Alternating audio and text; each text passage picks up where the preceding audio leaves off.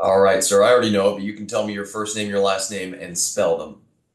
Yes, sir. Ismael Aldaba, and that's Ismael, last name Aldaba. And your position. I am president of Fundacion 911 in Mexico.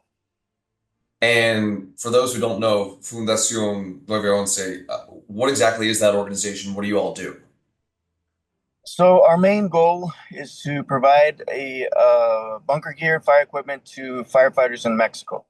We gather this gear throughout the United States, mainly Texas, New Mexico. We have some from Colorado, Idaho, Oregon, Wisconsin. Depending on the volume, then we travel, pick this gear up, and then we export it to Mexico and we redistribute to different fire departments that are down there. We have very, I'll say, firefighters that face poverty. They're fighting fires in blue jeans and things like that. So our main mission is to protect them, making sure that they have the minimum, at least the minimum equipment that they need to fight fires. We are also a search and rescue response group, which recently has gotten a little more activity now. Most of us are ex-firefighters, EMTs, and so on. So we kind of have that response and coordination with authorities on the Mexico side, which is Protección Civil and Bomberos from Ciudad Acuna, which are friends. Some of the members of our foundation are also part of that organization or of that department. And then, of course, we coordinate with Texas authorities. Sometimes we'll get a call from the sheriffs in Valverde County, and we have issues on the border, and we try to coordinate and gap that communication between authorities locally. So, July 4th, when did you all find out that something had happened up in Kerr County? And then what did you feel that you guys had to do in response? We we heard about it till the next day. The severity, of course, we always track thunderstorm as well. Between the Jorge Fuentes, which is our president on the Mexico side, he tracks weather all the time and sends these warnings to us. And anyway, he sent this warning previously. We didn't see a whole lot of activity that was going to hit us, but we kind of saw it just, the storm moving slowly and obviously heading up a little north from its original track. So we didn't think much of it. It just truthfully, we get these warnings all the time, and when we hear the news and we stop the severity, we started making calls and checking, and then we learned that it hit the area of the Mountain Home Fire Department, which are our good friends that we train with. It's also had some calls from EquiSearch, was a horse search and rescue group that we coordinate with as well. So when this started moving in the stories, we said, hey man, we got to go down there. We got to help these guys. We heard a lot of stories. They had lost a truck. So it impacted us very quick, and we mobilized very quick. We have a swiftwater rescue team that with instructors that trains a lot of guys in Mexico.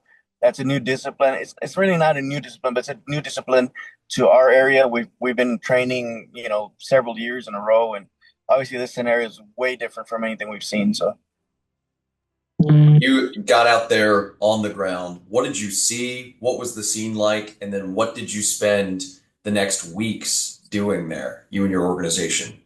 so we spent a total of a week and some days, and then we coordinate with other teams from Mexico as well, which are still, I believe they're still. We have one team that's still going back today. Uh, what we saw was just a total, catastrophe. It was just the severity was something we've never seen before. Just the force of the water, the height of the water, the speed that showed. We got boots on the ground pretty much 5 minutes as soon as we got there. There's so much to do, so much searching. We coordinated through our chief at Mountain Home Fire Department. So from there we just kept on doing specific search tasks, different areas in the water, outside of the water, both sides of the bank.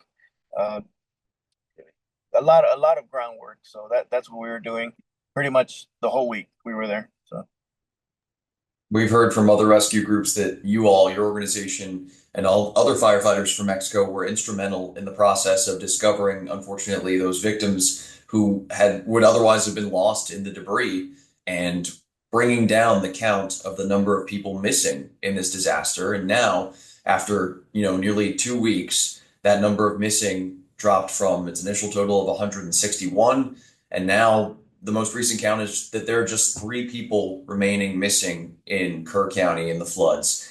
After all the Okay. work that after all the work that you guys did down there to bring down that number, seeing that the job is almost complete and everyone has almost been discovered, I mean, how does that make you feel? Well, and it still saddens us because obviously this is a tragedy. We hope it would never happen.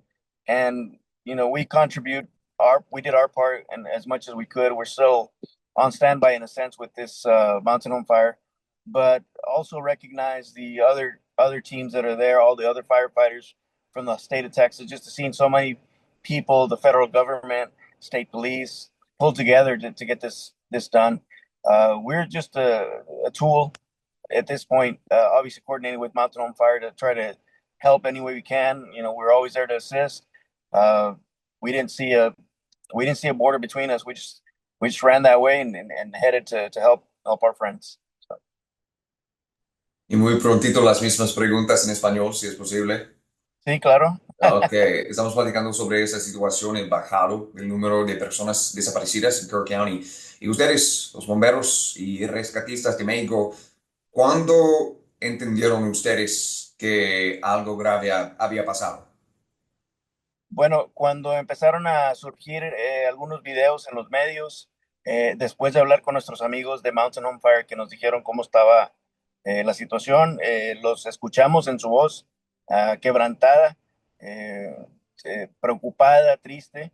Entonces, es obvio que existe una hermandad entre bomberos en todo el mundo y era nuestra obligación ir a ayudarles, ¿verdad?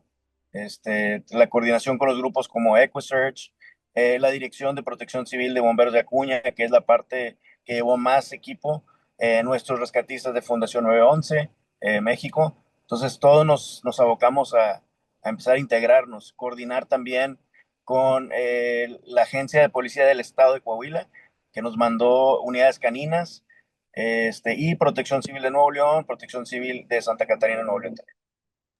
Y cuando llegaron ustedes a la escena, ¿qué vieron en este desastre? Partimos el sábado en la noche, domingo en la madrugada, porque tuvimos que sacar permisos migratorios para poder llegar.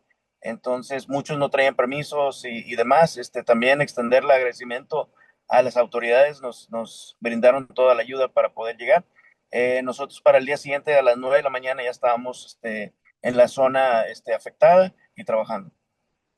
Sí, ¿y qué vieron ustedes en esta escena de Mu- destrucción?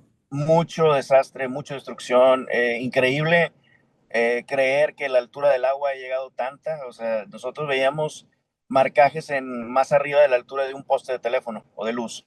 La fuerza de árboles que se desenraizaron, vehículos totalmente demolidos, aplastados, que en algunos estaban hasta enterrados en la arena. Era una cuestión que nunca hemos visto, sin duda. ¿Y qué hicieron ustedes para ayudar en esa escena? Inmediatamente nos equipamos, traemos nuestro equipo de Swiftwater Rescue, rescate acuático. Nosotros, el equipo que tenemos practica, no digo practica, sino responde muy comúnmente en el río Bravo por la cantidad de migrantes que cruzan y de repente se ahogan o se quedan varados en islas. Entonces, tienen mucha experiencia, no es una cuestión nueva, pero en esta inmensidad y esta cantidad sí es algo nuevo para nosotros. Sí fue algo nuevo.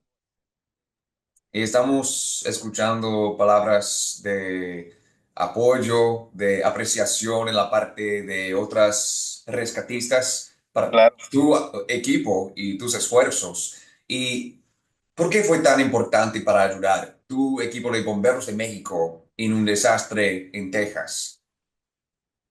Bueno, uno, principalmente creo que hay una amistad entre esos departamentos de bomberos, ¿verdad? Está muy clara. Hay una amistad, y bueno, entre amigos no podemos decir que no, ¿verdad? Nunca vamos a siempre tratar de ayudar a nuestros amigos, a nuestros vecinos. Asimismo, creo yo que el compromiso como rescatistas, donde se requiera, siempre actuamos. Podemos estar en cualquier lugar del mundo y al ver una situación donde tenemos que actuar, lo hacemos, ¿verdad? Eso sin duda. Y bueno, obviamente ayudar a los residentes. Creo que es la parte también que nos trataron, a pesar de su tragedia, a pesar de todo eso, nos trataron con mucho respeto. Nos fueron muy generosos con nosotros, estuvieron muy al pendiente, nos alimentaron. Una cuestión que muy comúnmente en México no se vive. Entonces, para nosotros también fue algo bonito tener esa experiencia y esa amistad, de enlace con los condados de Kirk County, con la gente del condado, escuchar sus historias, acompañarlos en un abrazo, en una oración, fue algo muy, que nos llenó mucho el corazón, ¿verdad? Entonces, una historia bonita dentro de una tragedia, ¿no? ¿Y cómo se siente tu grupo después de entender que después de semanas de trabajo duro, y mucho trabajo en tu parte, solo hay 3 personas consideradas como desaparecidas en las inundaciones? Creo que dentro de la tragedia es algo positivo. Como comento, muchas autoridades del estado de Texas, todos no han parado de ayudar, de la búsqueda. La parte de nuestro equipo terminó la zona que nos tocó con Mountain Home Fire, entonces nos retiramos para estar en standby. Pero pues bueno, creo yo que esa era la meta, ¿no? Tratar de encontrar los más gente posibles, reconocer el esfuerzo de los bomberos de todo el estado de Texas, que fue algo para nosotros impresionante ver 25 camiones de bomberos con todo el equipo, con toda la presencia del mundo, la disponibilidad. Se bajaban de los camiones, inmediatamente se asignaban tarea y empezaron a trabajar. Eso nos llena a nosotros, ¿verdad? Porque a eso fuimos nosotros también. Y la hermandad, o sea, compartimos comida con ellos. Nos dio tanto alegría ver gente que llegaba y nos llevaron una hilera de tamales y ahí compartimos con todos, unas experiencias bonitas de convivencia y de hermandad.